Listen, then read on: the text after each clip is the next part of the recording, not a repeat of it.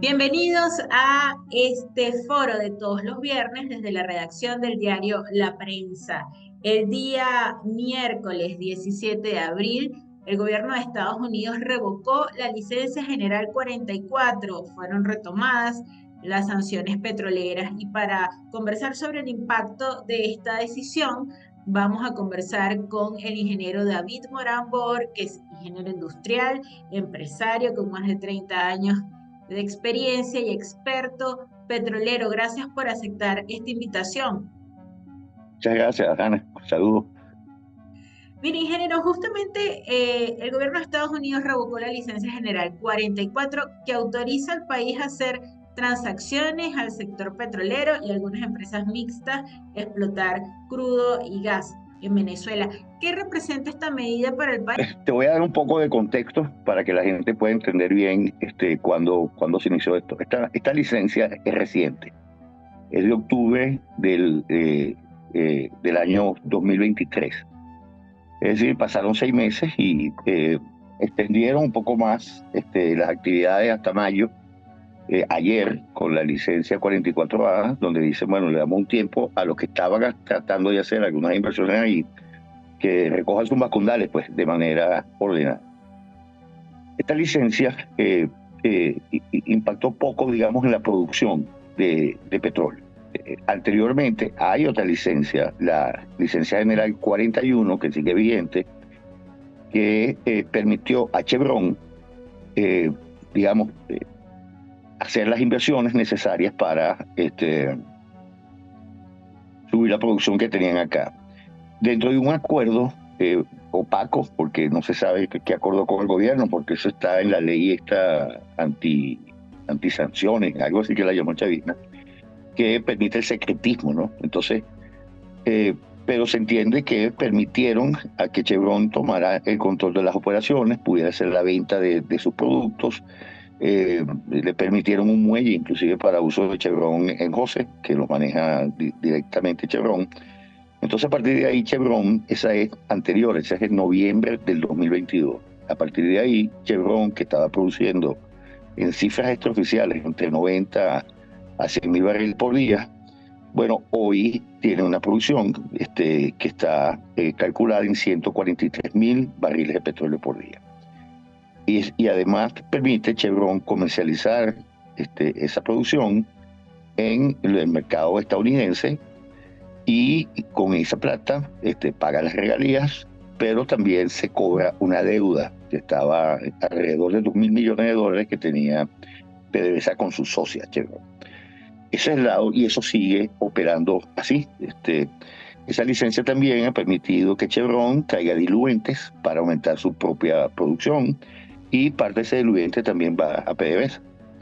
La 44, ahora vamos a la 44, que es la que van a eliminar en mayo, permitía a las otras empresas mixtas, a excepción de la empresa mixta con Rusia, hacer operaciones, inversiones para tratar de aumentar la producción. Entonces ahí entran empresas como Morel Prom, Eni, Repsol, la National Oil Company de la India, todas ellas que tienen deudas pendientes de cobrar a PDVSA. Pero también les permitió esas licencias a esas empresas hacer intercambios. Se llevaban algo de productos acá y también enviaban acá básicamente diluentes y gasolina, o sea, combustibles, gasolina y diésel. Eso es lo que va a afectar. Como te dije antes, no afecta tanto la producción de crudo, porque las inversiones, 6 meses para hacer inversiones de crudo era muy poco tiempo, pero sí permitió que viniera gasolina para acá y vinieran diluentes. Esos diluentes le permiten a las otras empresas mixtas aumentar la producción, por eso ha subido un poquito, está en los 800 mil barriles por día total, ¿no? De los cuales 143 son de Chevron. ¿Qué puede pasar? ¿Qué impacta eso? Bueno, en el corto plazo, la producción de diluentes que iban a la producción de los mejoradores podría bajar. No sé cuánto tendrán en inventario, pero podría bajar. Y lo segundo es que impacta el mercado de los combustibles internamente. Las refinerías nuestras están con muy bajo nivel de procesamiento, la demanda actualmente está en unos 220.000 barriles entre gasolina y diésel, de los dos. Entonces ahorita la oferta local de la producción local está a unos 50, unos 60.000 barriles día de gasolina y unos 75.000 barriles día de diésel. Lo demás se estaba cubriendo con importación. Entonces, esta licencia, la 44, sí puede afectar el suministro de gasolina local, porque esas empresas enviaban gasolina y diluentes a Venezuela. Ese, digamos, el impacto que yo veo. Eso se podría ver en 45 días. Sí, sí. Si yo fuese PDVSA, lo que haría ahorita es tratar de llenar la máxima cantidad de tancajes con gasolina importada y diésel importado, porque quedan 45 días para que eso se acabe. Okay. Ahora, ingeniero, usted ha dicho la licencia general 41, que es la que autoriza a Chevron a explotar y comercializar crudo para básicamente cobrar su deuda. ¿Por qué la dejan? Porque esta decisión de Estados Unidos dejaron solo las licencias que benefician a Estados Unidos y no las que benefician los ingresos del gobierno o del Estado. Y también la de países que explotaban crudo acá, como usted lo ha dicho, la India, China. Bueno, ¿por qué Chevron? Bueno, porque Chevron tiene 100 años aquí en Venezuela. Es una empresa que no se fue cuando migraron a empresas mixtas. Fue la única de las estadounidenses que se quedó aquí en Venezuela. Yo no veo que haya sido, digamos, muy preferencial hacia Chevron. Chevron hizo un lobby y, bueno, el gobierno de Biden le aceptó ese lobby, lo convenció, pues, de que le dieran a él licencia. Ahora, pero eso no impacta. Aquí hay una cosa que quiero explicar bien, Ana. Aquí hay un mito de que el crudo venezolano es muy importante para Estados Unidos. Yo te quiero decir una cosa. Primero, el negocio petrolero en Estados Unidos es un negocio absolutamente privado. Eso no hay empresas petroleras nacionales de Estados Unidos. Esos son los países como Venezuela, Arabia, Irak, Irán, los países de los PEP que tienen las National Oil Companies, las NOIC. Estados Unidos es absolutamente privado. Por lo tanto, el problema de ahí es un problema privado, no es un problema de Estado, vamos a decirlo así. Segundo, el problema de Estado para Estados Unidos, por lo menos la inmigración, el narcotráfico, esas sí son cosas. El problema de petrolero es absolutamente privado en Estados Unidos. Ya hay 2.000 o 3.000 empresas operando totalmente en esos mercados, 4.000 o 5.000 empresas que le dan servicios a esas empresas. Eso es un conglomerado muy poderoso que es Estados Unidos. Hoy Estados Unidos es el país que tiene la mayor seguridad energética del planeta. Produce 13 millones de barriles al día. Ningún país, ni Arabia, ni Rusia, ha llegado a producir esa cantidad. Hoy lo está produciendo. Es el mayor productor de gas del mundo, de gas natural. Es el mayor productor de productos refinados del planeta. Y exporta neto, porque como es privado, unas compran, otras venden, otras importan, mejoran la dieta de la refinería, etcétera. Pero el total neto de exportación de crudos está sobre los 2 millones de barriles. Exporta mucho más crudo que lo que exporta Venezuela. Entonces, eso tiene un impacto muy reducido, digamos ahí. Venezuela hace tiempo decidió desviar de sus productos petroleros.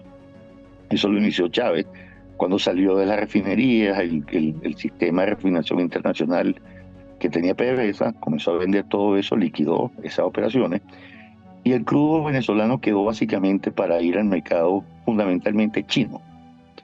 Entonces, son muchos años donde este crudo no juega, digamos, dentro en esta ecuación occidental. Salió de Europa, salió del mercado estadounidense y nada, el crudo que va fundamentalmente a China, y China utiliza ese crudo para repagar la deuda que tiene Venezuela con ese famoso fondo chino que llegó a tener 60.000 millones. Eso debe estar ahorita en el torno de los 10, 12 mil millones de dólares que todavía le debe. Entonces, eso no se hace por eso. Ahora, las otras empresas, ahí hay un problema político interno de Estados Unidos, porque ese grupo de sanciones las puso un republicano, que era Donald Trump. Y ellos con el tiempo quisieron ir migrando a eso, cambiando, digamos, decir, nosotros no somos, los demócratas somos diferentes, queremos hacer las cosas diferentes. Y por eso dentro de la base del acuerdo le dieron concesiones a las otras empresas.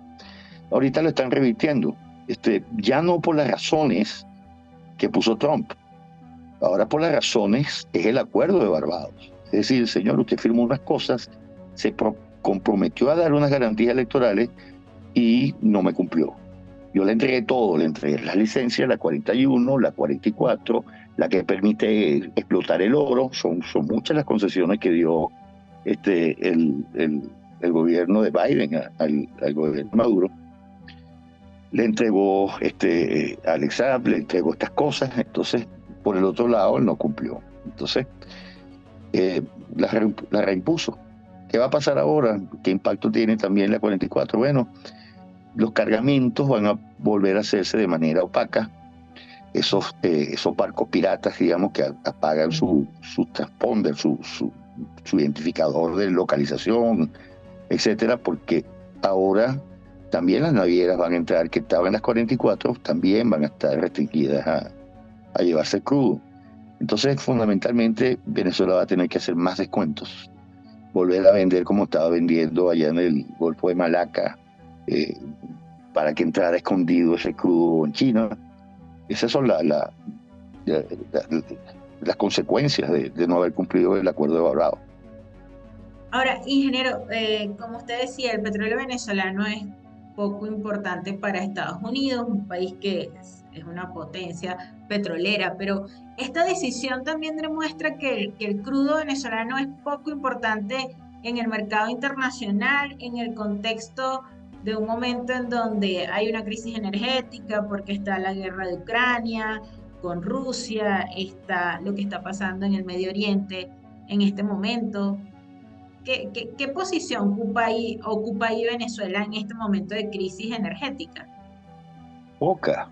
Fíjate, Canadá ha aumentado su producción. Canadá ya está sobre los 4,5 millones de barriles. Petrobras ya va hacia los 4 millones de barriles. Argentina puede llegar ya muy pronto a los 800,000 barriles. Guyana está tirando al mercado casi 700,000 barriles muy pronto, cuando entre en funcionamiento el último buque estos de explotación. Es decir, entre ellos y el mismo Estados Unidos está metiendo 300,000 barriles más. Si tú sumas eso, es una producción incremental que está sobre 1,5 millones de barriles. Entonces Venezuela ha subido la producción unos 43,000 barriles con la ayuda de Chevron, no subió mucho con esto. O sea, el aporte incremental de Venezuela al mercado petrolero es muy poco, o quizás ninguno. Otros están haciendo el trabajo. Nosotros pudimos haber hecho eso. Venezuela pudo haber estado produciendo hoy en el entorno de los 5, 6 millones de barriles. No se hizo. Empezó esta locura de ir a empresas mixtas, etcétera, y se retiraron. De todas esas que entraron aquí, eran casi 40 empresas transnacionales, muchas del primer mundo, quedan operando muy poquitas, quizás 6, 7 de ellas. Entonces, no hay magia posible. Por el otro lado, las condiciones del mercado para entrar en el mercado petrolero de Venezuela son unas condiciones muy difíciles. Tienes que irte a una empresa mixta donde el régimen tiene la mayoría accionaria, tienes muchas restricciones para la comercialización de esos productos, etcétera, porque generalmente, a menos que le hagan trampa a la ley, posiblemente se la hacen bajo esta figura de esta nueva ley que permite el secretismo. Pero esos productos deberían ser comercializados por el accionista mayoritario, que en este caso o podía ser CBP o podía ser PDVSA. Y tú tienes un government take, un total de sumatorias de impuestos a la actividad petrolera de casi 90%. Entonces es un petróleo fundamentalmente muy pesado. Entonces, que tiene una alta huella de carbono, que eso en el futuro está influyendo. Entonces, tú sumas esos sectores, estos factores, Y comprenderás entonces que Venezuela se hizo poco atractiva para la inversión petrolera. Y lo que puede dar hoy con sus capacidades es muy poco. Entonces, PDVSA ya casi no tiene personal calificado. Los mejores los perdió. Haya habido una estampida de los profesionales hacia afuera. Desde el 2008 se ha ido una cantidad enorme de buenos técnicos que tenía PDVSA. Entonces no tiene capacidad financiera, es una empresa absolutamente endeudada, no presenta su estado financiero desde hace 8 años, de 2014, no, de 2016 no presenta los estados financieros. Entonces es muy difícil, no hay magia posible en eso, Ana. Ok. Fíjense, con este cambio de licencia, ¿no? Dan 45 días para que las empresas mixtas que actualmente operan en el país eh, liquiden sus operaciones hasta el 31 de mayo.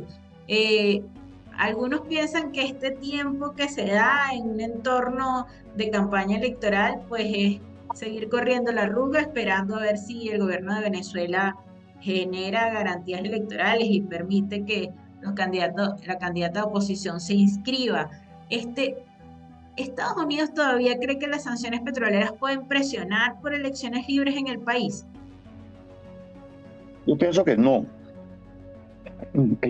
Eso fue lo que discutieron en Doha, en Qatar, pues, y en Barbados.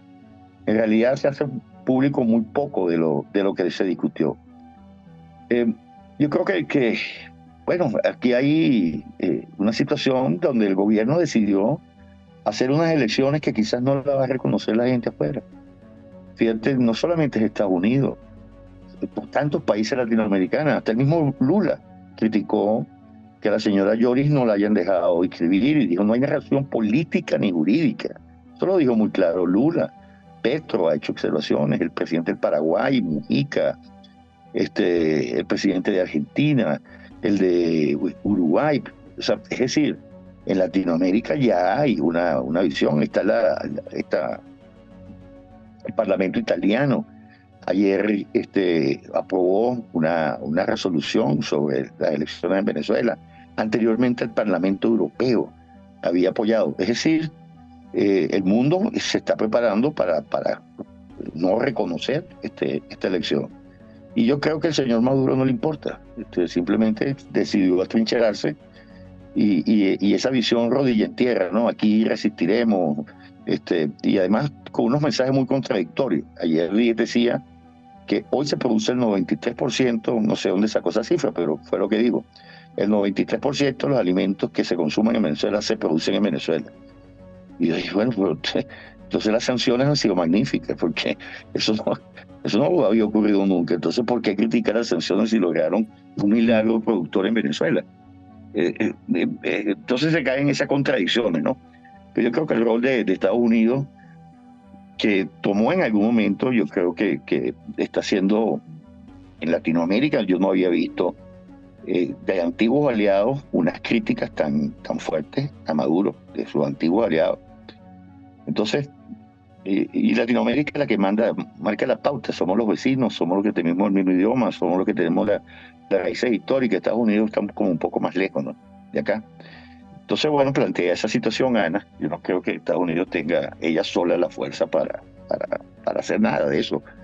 Pero si el vecindario sí lo tiene. El vecindario somos prácticamente los iguales.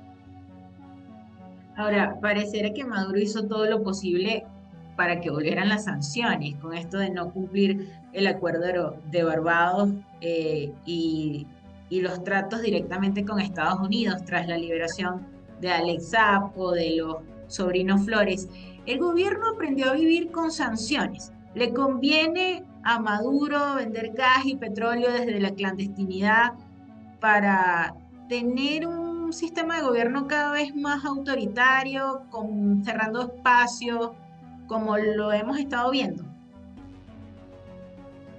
Bueno, aparentemente sí. O sea, él dice que él puede vencer todo eso, porque lo que pasa es que los socialistas, los que tienen mente socialista, que no son liberales ni piensan en los mercados, ellos creen que son más importantes que la gente.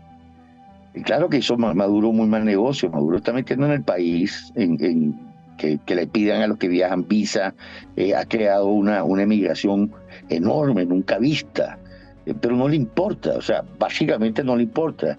Si tú ves el problema eléctrico acá y la solución que tiene es que no les importa. Ellos saben qué es lo que hay que hacer, pero no les importa. Entonces, bueno, ¿a qué ponen el país? A vivir con racionamiento, a vivir con inflación, porque todo esto, la consecuencia va a ser la inflación. Ya vivimos, ya Maduro y su Banco Central causaron una hiperinflación, uno de los episodios de hiperinflación más intensos y largos que haya registrado la humanidad. Se puede esperar de nuevo eso si Maduro decide, como parece esto indicar, que se va a trincherar porque simplemente no quiere permitir unas elecciones donde saldría del poder. Entonces, bueno, ¿qué vendrá? Pues vendrá la escasez de combustible, vendrá mayor emigración y vendrá mayor inflación. Esas son las consecuencias. O sea, aquí no hay brujería posible. La economía no es vudú, de magia negra ni nada de eso. La economía tiene unos fundamentos que ya se conocen de hace 200 años. Entonces, atentar contra esos fundamentos es atentar contra precisamente el bienestar de toda la población. Ahora, ingeniero, queda la licencia 41, Chevron va a seguir explotando y vendiendo crudo venezolano. ¿Qué tanto puede aumentar la producción con un país con inestabilidad económica y política? La promesa del gobierno de llegar al millón de barriles diarios se evapora con esto. Sí, sí, eso ni con la 44 llegaban al millón de barriles. Mis cálculos me indican que lo máximo que pudieran producir ahorita, están en los 700 y pico, 770, 780, era llegar a unos 840.000, 850.000 barriles. Superar esa cifra para llegar al millón requiere una inversión que no la tienen y que no la van a conseguir con socios de tercera o cuarta categoría. Esa gente no tiene el dinero para eso. Entonces, esa meta se queda. Es que el problema es un poquito más complejo porque el chavismo convirtió al país en una especie de estación de servicio, pero para afuera. Es decir, yo saco el petróleo para que tú lo refines en tu refinería y puedas tener combustible y esas cosas. Y abandonó el lado interno. El problema que tenemos aquí internamente es terrible. No hay suficiente gasolina, no hay suficiente diésel, porque además ese crudo se exporta, no se mete en la refinería. Las refinerías nuestras están refinando 180.000 barriles por día, a veces llegan a 200.000 barriles por día para tener una oferta local de 120, 150.000 barriles de combustible. Eso es sencillamente delirante. No exportamos 600, exportamos 700, llegamos a 800. ¿De qué le sirve al venezolano esos niveles de exportación? ¿Qué problema? Tenemos un problema interno enorme. Y diríamos, bueno, no tenemos refinerías, ok, hay que hacer esto.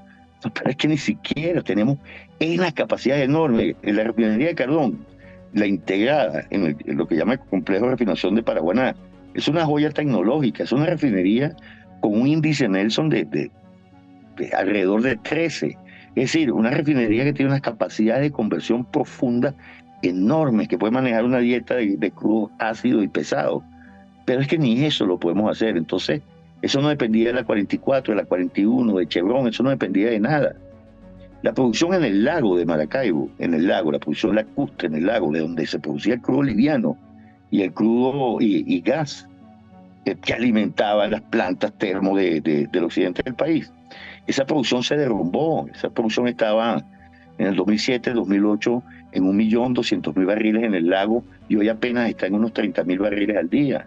Eso no depende de esto, eso depende de la gestión de PDVSA.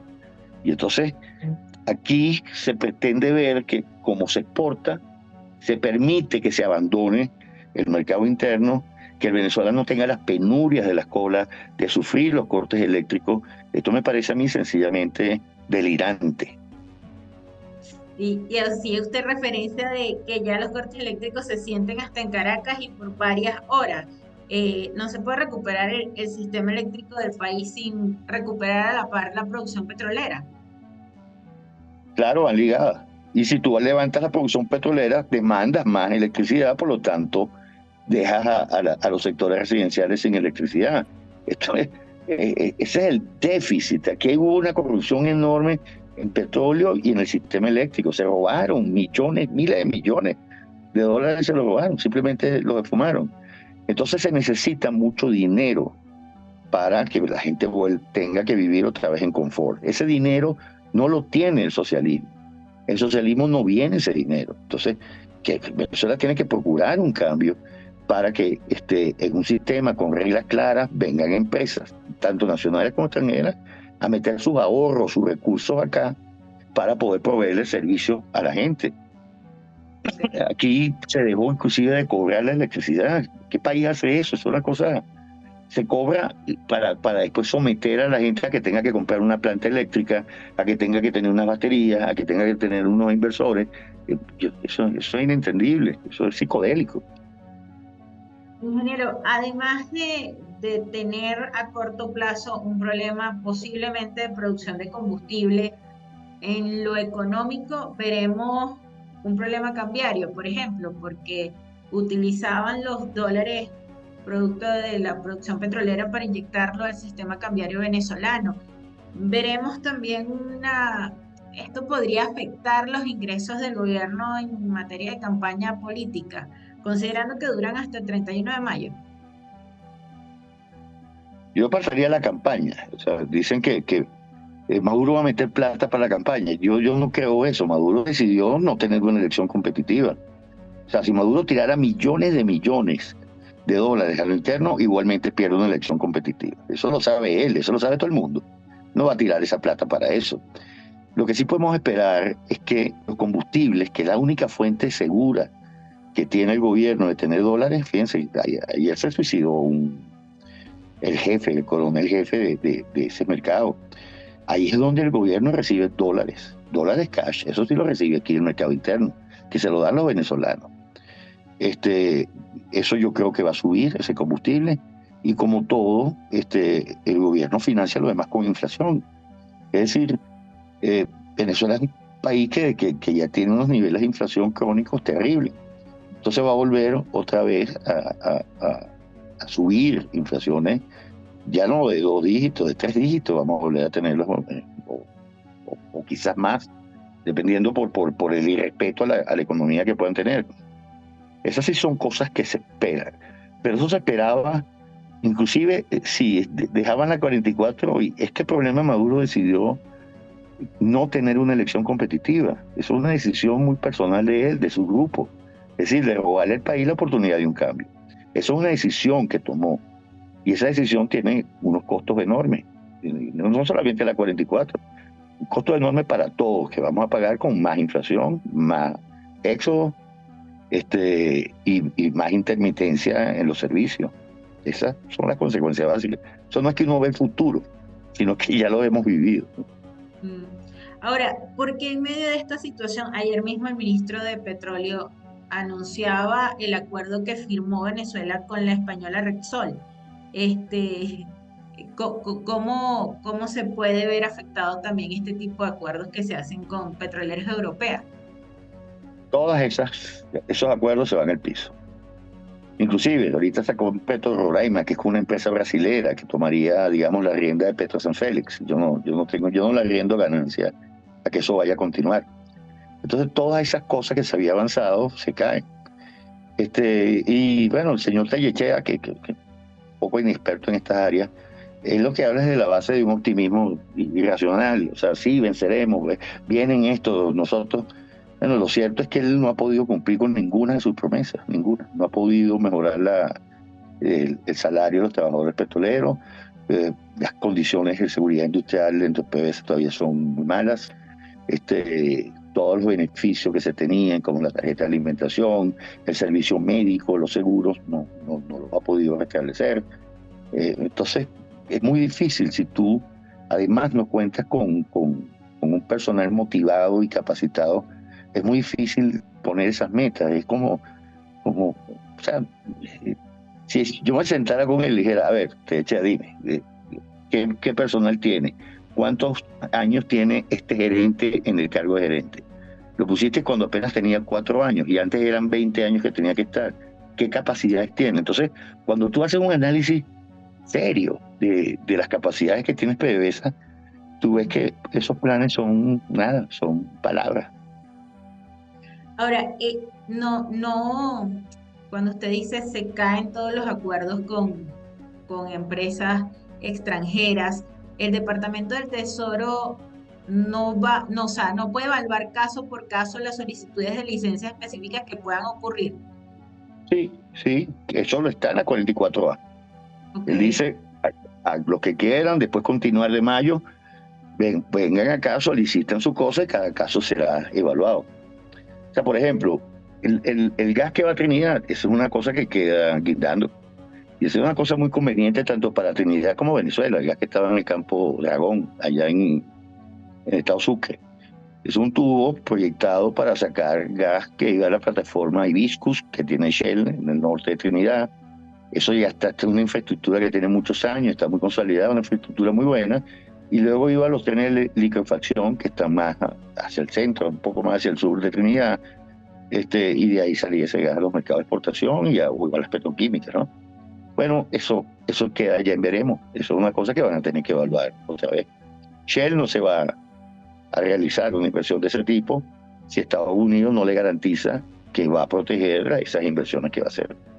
Todo eso entra en revisión, todo, absolutamente todo. Claro. Esto también puede afectar las relaciones económicas, el restablecimiento de relaciones económicas que tenía Venezuela, por ejemplo, con Colombia o con Brasil y con las No, islas del para Caribe. nada, Esto no, para nada, no toca no, ese para nada, intercambio de exportación. no, no. Fíjese que se abrió esa frontera con Colombia cuando llegó Petro y no se cumplieron las expectativas que había. Es que Venezuela está muy golpeado su parque industrial. O sea, aquí sí, ponte, si en el año 2014 pesábamos 100 kilos del PIB, pues vamos a poner que el PIB sea de 100, hoy ese PIB está de 20. Esto hace un hombre que pesaba 100, imagínatelo, pesando 20 kilos, 6, 7 años después, es muy poco lo que puede hacer. Entonces, eh, aquí lo que crece es el comercio, pero la producción industrial en Venezuela está en el piso. Y la renta que sigue moviendo la mayoría de la economía, o sea, leía que algo así como 89% de la economía depende todavía de las exportaciones de crudo.